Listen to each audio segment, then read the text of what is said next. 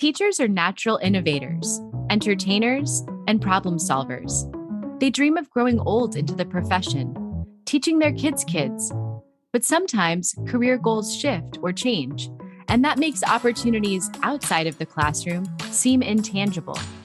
Questioning, who am I if I'm not a teacher? I'm your host, Alexandra Simon. And I'm your co-host, JoDee Scissors. This is the Great Teacher Resignation.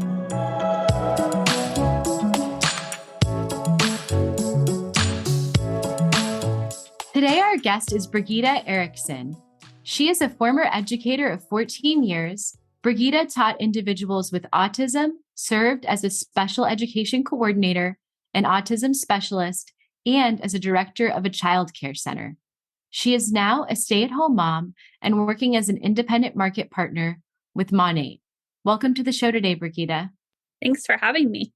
Thanks for joining us. So this topic is a really big one that we have today, career burnout.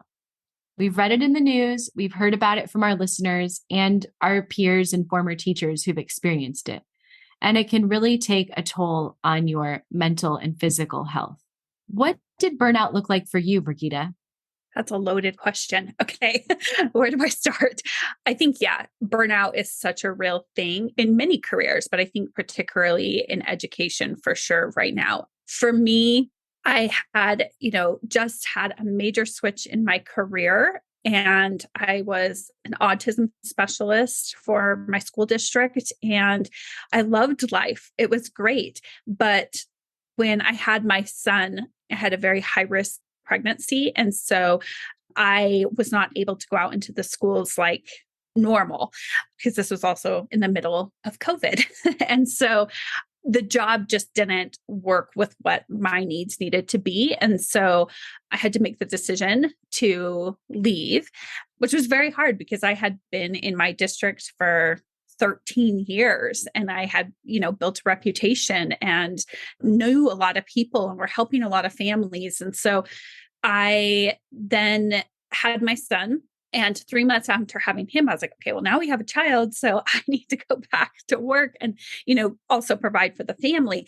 But I got an amazing position where I could be a director of a child care center and I could bring my son with me to work. So I was like, okay, childcare right now these days is so expensive and I get to have my son with me.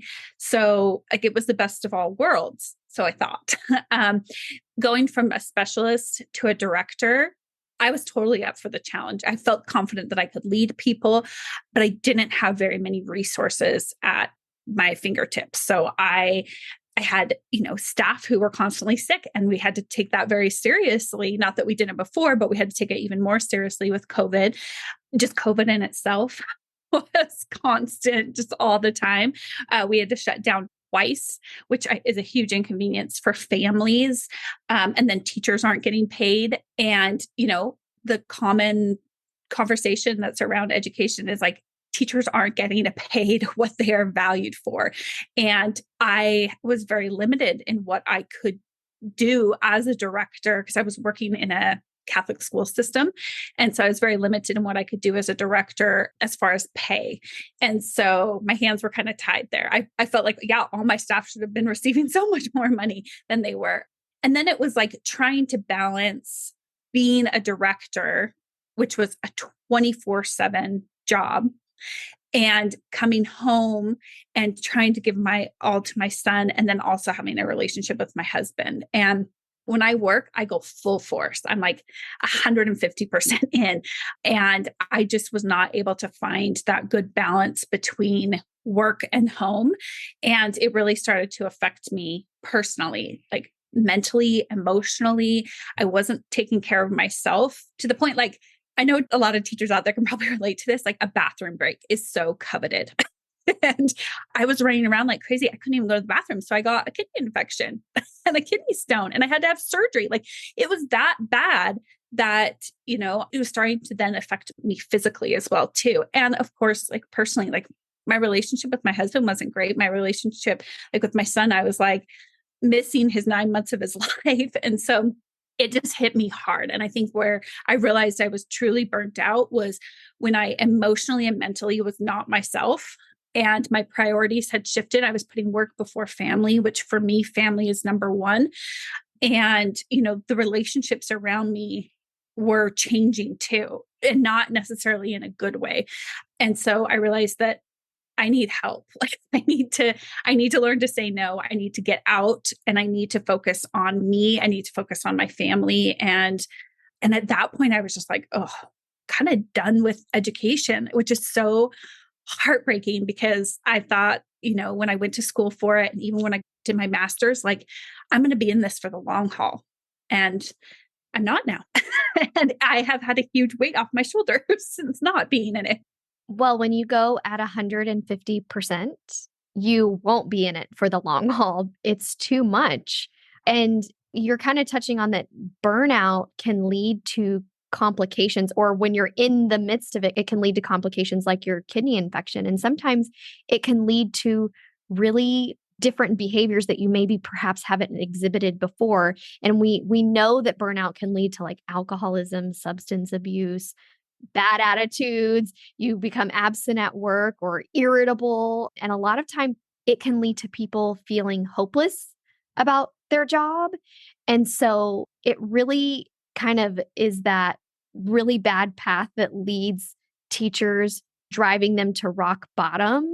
And so, one of our goals is to help teachers before they get to rock bottom. It's not to say that there's not people there right now who are having complications, who are exhibiting behaviors that they're not accustomed to.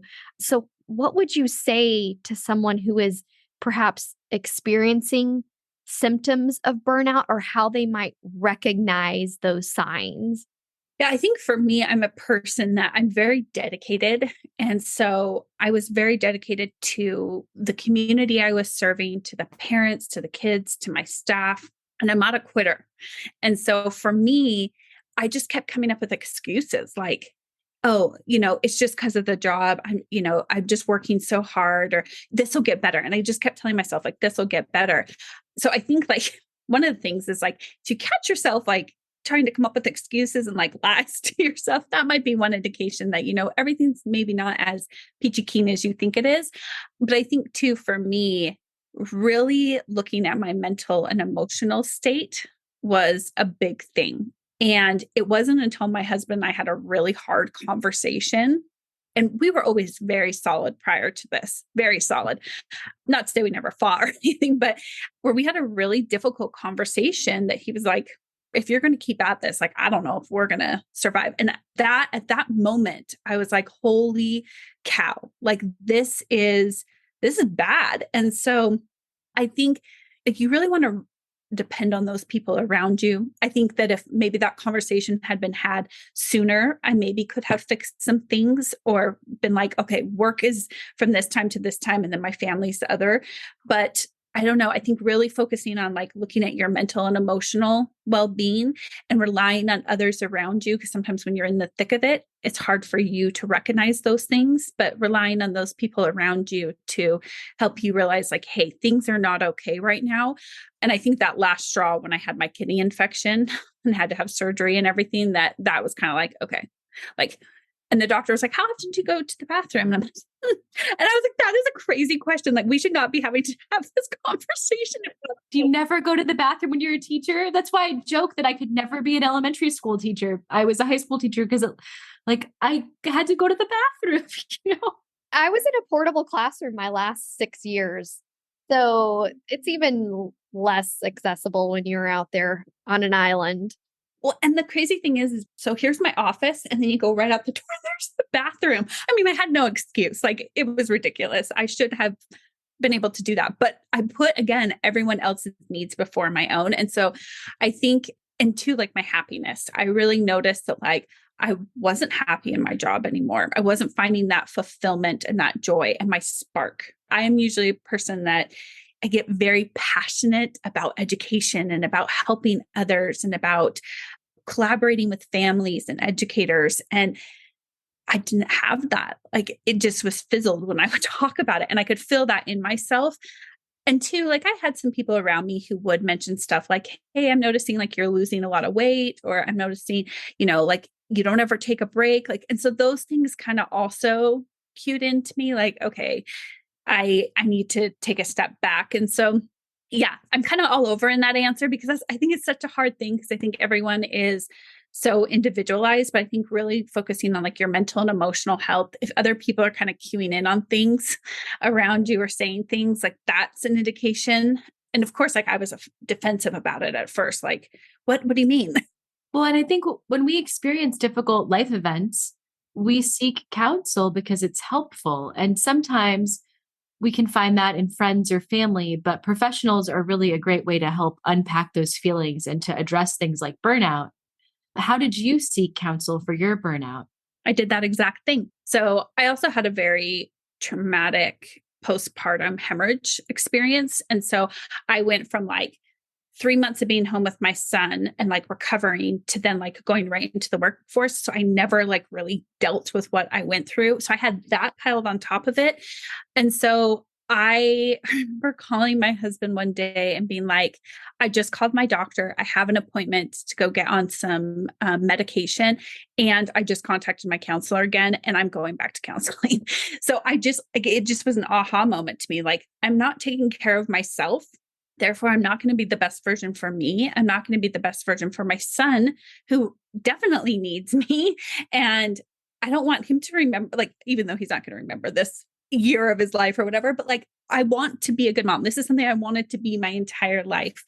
And also, I want to be a good wife too. Like, I wanted all of that. And so I did. I got on some medication. It took me a few tries to figure out medications with my doctor. And I'm going to counseling, still going to counseling a year, like 6 months into it. And it's been very therapeutic, but also through my current job that I am doing right now, I'm on social media a lot, which was not at all me prior. And I get vulnerable and I talk about things that aren't easy to talk about. And that too has been very therapeutic for me. I've also reached out to other teachers. I've reached out to other moms who have had, have some PTSD with postpartum stuff. And so I think like connecting with other people who have similar experiences as well has been very helpful. Ali talks a lot about having people in your corner. So you definitely were able to recognize some of those things and reach out and seek counsel.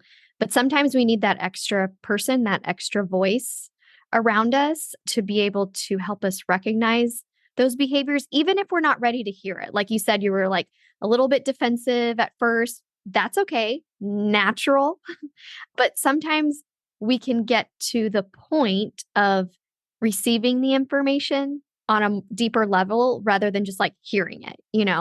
And it sounds like you had people around you that helped you raise awareness so you could get to the point of saying, I'm in control now.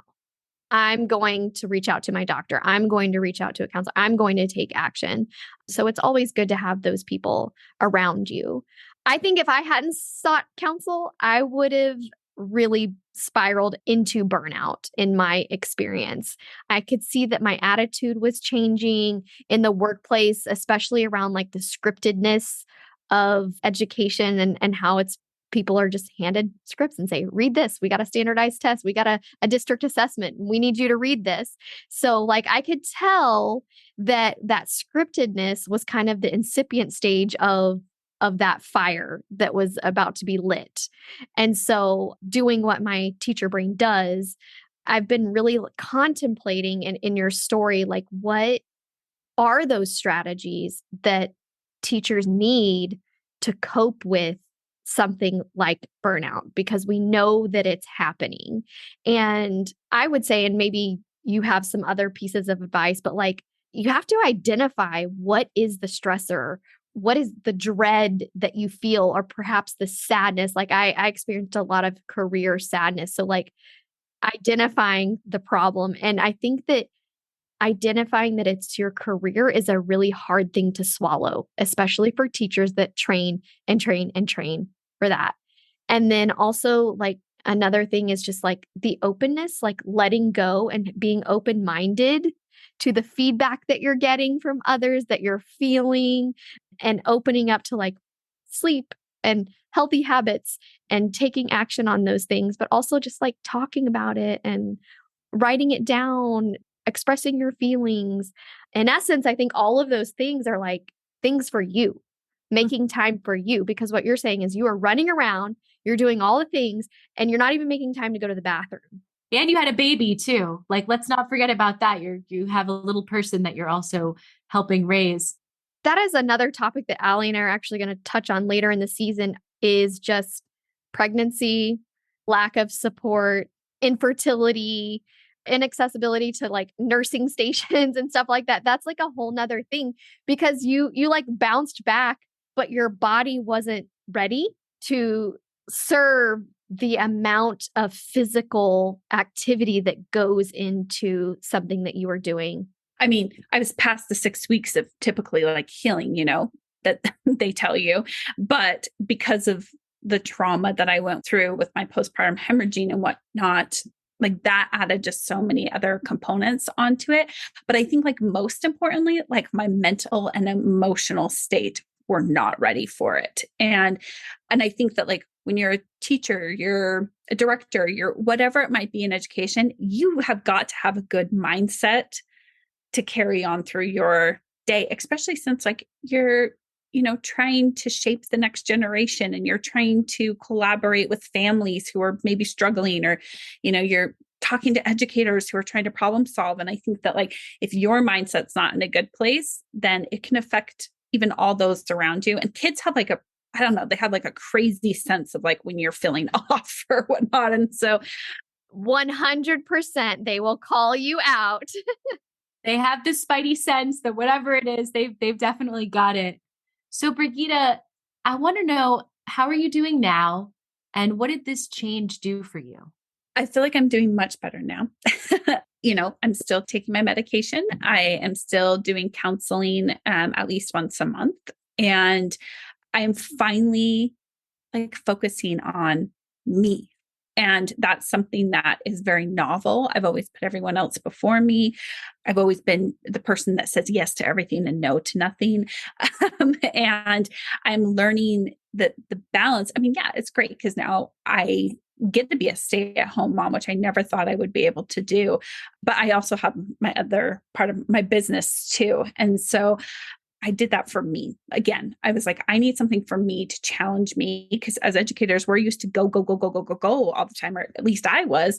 And so for me to come home and be with a little baby, or, even now as these two, it's not quite as fast paced. And being a stay-at-home mom can sometimes be a little bit lonely. And so I wanted community. And so I found Monat, and I'm super blessed and happy that I have the community that I've found. And I think that my priorities have really shifted. My family is first again, and that's what's most important to me. And I feel like I've made up those 9 months that I missed in my son's life. My husband and I are in such a better place right now. Those were scary times, but yeah, I'm much better. I think that it's important to get that mental and emotional health under control for sure. You've really prioritized, and give yourself a pat on the back for that. In your new role, how did you find it? Like, how did you land this, going from a director in a daycare, right? And how did you move into that role? So I was trying to figure out a way that I could, still be a stay-at-home mom, because I was valuing this time that I now had with my son. And I started looking at all these different like stay-at-home options. I mean, I was even considering being an Amazon customer service rep, because I love Amazon and they come here enough that I'm like, well, I could do that. But I'm like, is that really going to like fill my bucket and allow me to help people in the way that I want to help people? And I was just like, no, it's not.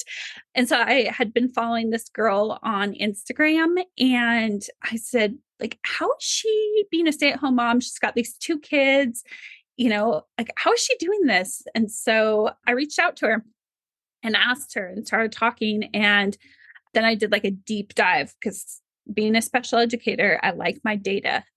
And so I did a deep dive into the company, and I hadn't even tried the products before. And I mean, going from like educator for 14 years to now like more like network marketing, I was like, what am I doing? Am I having a midlife crisis, an early midlife crisis?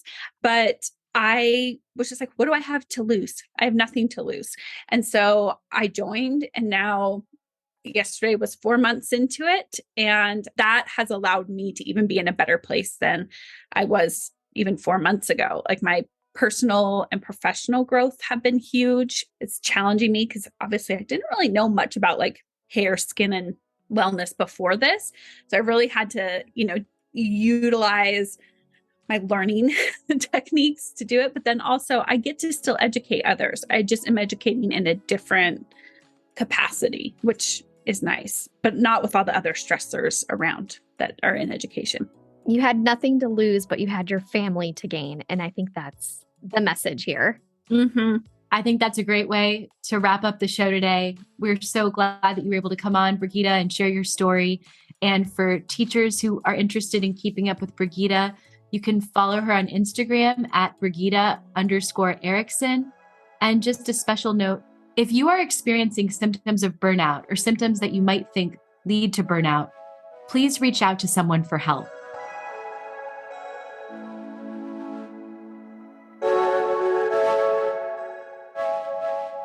If you liked The Great Teacher Resignation, give us a 5-star rating and follow us on Instagram, Facebook, Apple Podcasts, Spotify, Google Podcasts, Amazon Music, and Audible. Today's episode was written and recorded by me, Alexandra Simon, and my co-host, JoDee Scissors. Executive produced by Teacher Brain. Produced and edited by Emily Porter. Original music, Emoji by Tubebacker. Special thanks to our sponsor, Paper Planes Ed.